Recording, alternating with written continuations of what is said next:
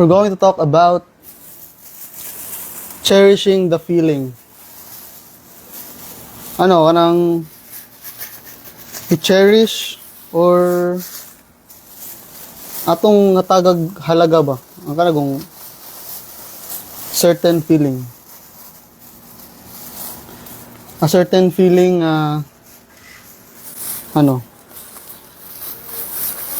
certain feeling na kay natabangan or nagbuhat kag something valuable or basically nagapulos ka kanang feeling na kay na-accomplish.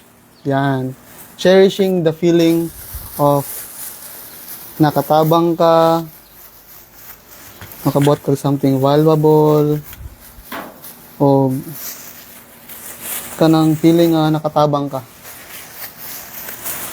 So karon magkaon ko. I have 3 chickens, 1 rice and 1 egg. So kita niyo kung set up dire.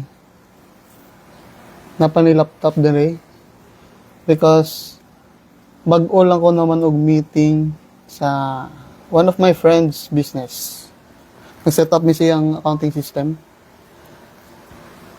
One of his struggle yun sa iyang business is the numbers. Dili niya makita ang numbers sa iyang negosyo. Dili niya makita ang tanan, like sales, purchasing, inventory, overall numbers sa iyang business. Dili kaya niya makita. And then nag-istorya mi. Then na-realize niya nga need niya tabang ato. So mo to, nagtinabangay mi. Gapon na mong first nga meeting with, piyok, with sayang sales. O karon mi nag-topic sayang purchasing department. Nag-live ko karon because na-inspire ko nga every time ang good nga ako'y ma-accomplish, every time na ako'y ma-feel nga kanang inspired ko kay nakatabang ko sa isa ka tao. Nakatabang ko nga mas malago ang business. Nakatabang ko sa isa ka problema nga nasolusyonan ako. Kanang feeling nga naipulos ba? Dili lang siya applicable sa meeting, dili lang siya applicable sa business. Especially kanang may mga conflict sa sa imong trabahoan. Like for example, kanang client to business.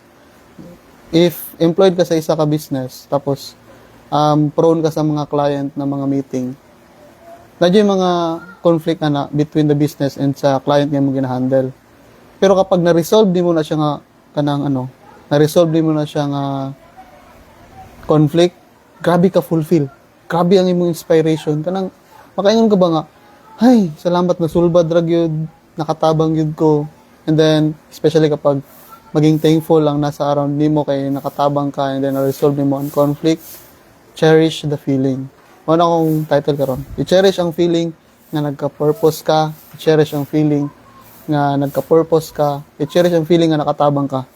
Because usahay lang na siya.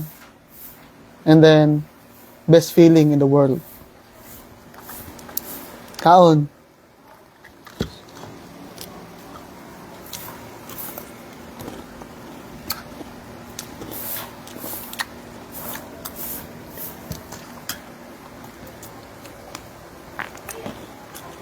Di na siya applicable sa nag-business.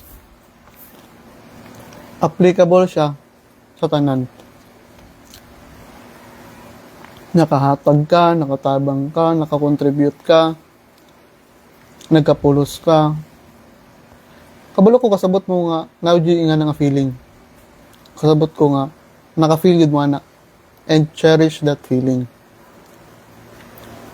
Ang nga feeling kay grabe maka-productive ba? Once nga, mas ganahan pa noon ka bubuhat pa ng abutang nga imong gibuhat. Once nga naka-feel ka nga valuable ka ng abutang, mas ganahan ka mabuhat sa isa ka butang kay feeling mo, naka-feel ka nga na purpose ang imong ginabuhat. And again, cherish that feeling.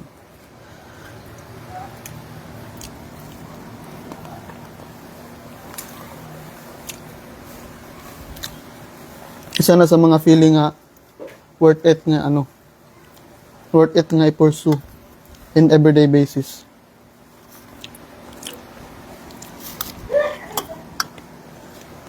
Because you know na nagka-purpose ka.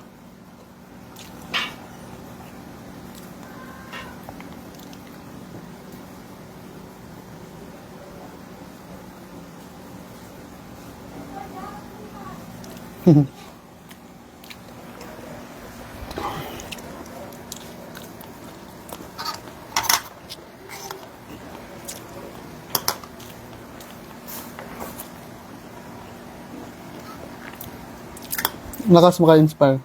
Lakas siyang maka-boost sa imong self-esteem, sa imong well-being. Because knowing nga nakatabang ka, knowing nga naka-contribute ka, it's the best feeling good. Siguro one of the reason nga it is written na it is better to give than to receive.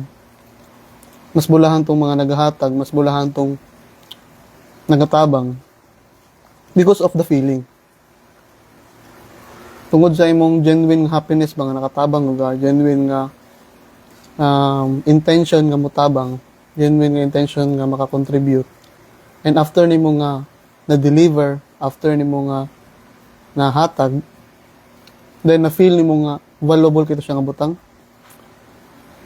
Grabe, na certain feeling nga worth it nga i-pursue.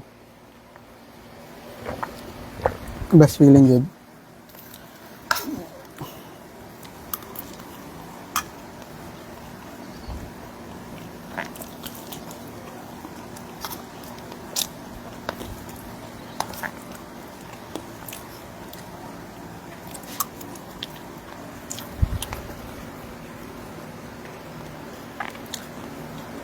Munang highly recommend na find that something nga willing ka i-contribute. Willing ni mo nga itabang. Service man na, business man na, skills man na, or in any way nga matabang nimo sa isa ka entity, sa isa ka tao, organization, charity man na.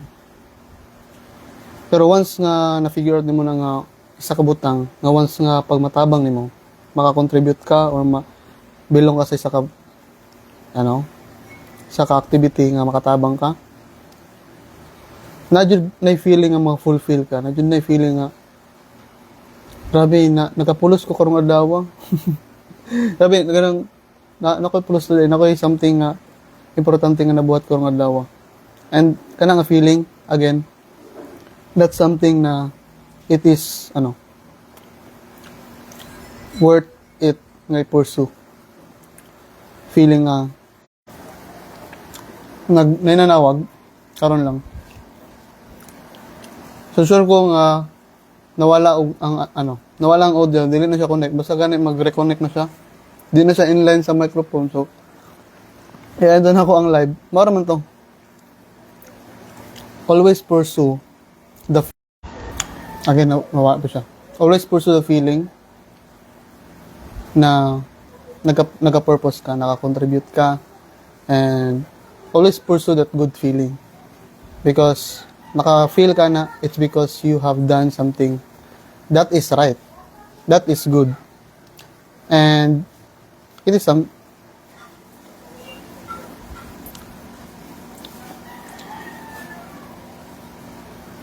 comment si Sister Pearl Dreo. Dili malikayan nga maka-encounter jud ta og mga problema sa business o sa imong client. Pero once ma-solve na, mahimo jud ng lesson o stepping stone nga mo-improve ka. Lahi ra jud ma-provide nimo ang needs ni client ug makita nga satisfied sila sa product services nimo. The best feeling jud. Yan. Kana nga feeling nga akong pasabot. Kana nga feeling akong pasabot like kana 100%. Kana nga feeling akong pasabot nga nagkapulos ka, kanang nasatisfy ka, kay nakatabang ka. Bayad man na or dili bayad, the feeling will still remain. May balaan nimo nga valuable ang imong product, may balaan nimo nga valuable ang imong gina-offer. If after nimo na nga ma-deliver nga service or product, is ma-feel mo na consistently nga nakatabang ka. Naka-feel ka nga nagka-contribute ka. And that's one of the best feeling kapag na-combine mo ng kana nga feeling o kana imong business. Because ma-inspire ka ma-inspire ka nga mag-offer, ma-inspire ka nga maka-contribute. Because you know, na ang imong product or ang service, it solves someone's problem. Nakatabang ka. Bayad man na, charity man na, or sponsorship ba na, as long as in any form na nakahatag or nakakontribute ka, I know nga kabalo ka song ginapasabot. And cherish that feeling. Di na ako magdugay sa akong live, kinaisig panawag. And see you in the next live. And always remember and huwag kalimutan na faith without action is fiction. Bye-bye guys.